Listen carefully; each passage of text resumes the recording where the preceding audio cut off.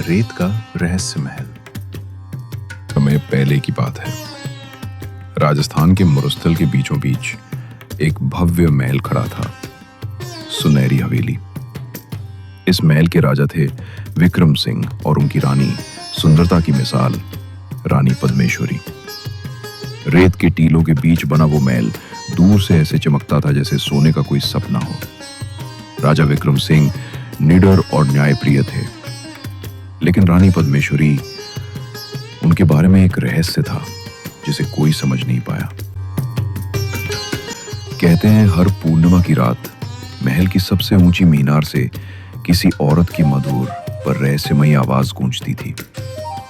महल के सेवक कहते रानी पद्मेश्वरी रात को अकेली छत पर जाती हैं और किसी अदृश्य आत्मा से बातें करती हैं। राजा विक्रम ने कभी इस बात पर ध्यान नहीं दिया। वो अपनी रानी पर अंधा विश्वास करते थे। एक बार महल में एक तांत्रिक आया। उसने कहा, यह महल साधारण नहीं है, यहां कोई पुरानी आत्मा बंद है जो किसी शरीर की तलाश में है।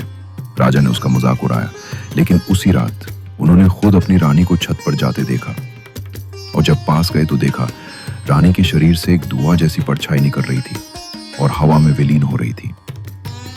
रानी मुड़ी और उसकी आंखें लाल थीं। रानी पद्मेश्वरी असल में 100 साल पुरानी आत्मा थी। वो पहले इस महल की पहली रानी थी, जिसे युद्ध के समय धोखे से जिंदा जला दिया गया था।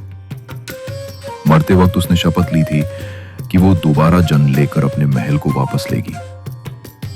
अब वो आत्मा रानी बनकर वापस आई थी और राजा को प्रेम में बांधकर अपने अधूरे बदले की योजना बना रही थी। अगली सुबह राजा विक्रम सिंह गायब हो गए। महल के दरवाजे आज भी बंद हैं। कहते हैं जो भी उस सुनहरी हवेली के पास रात में जाता है, उसे एक सुंदर रानी सीढ़ियों पर खड़ी दिखती है। वो कहती है, स्वागत है, क्या आप मेरे राजा हैं? अंत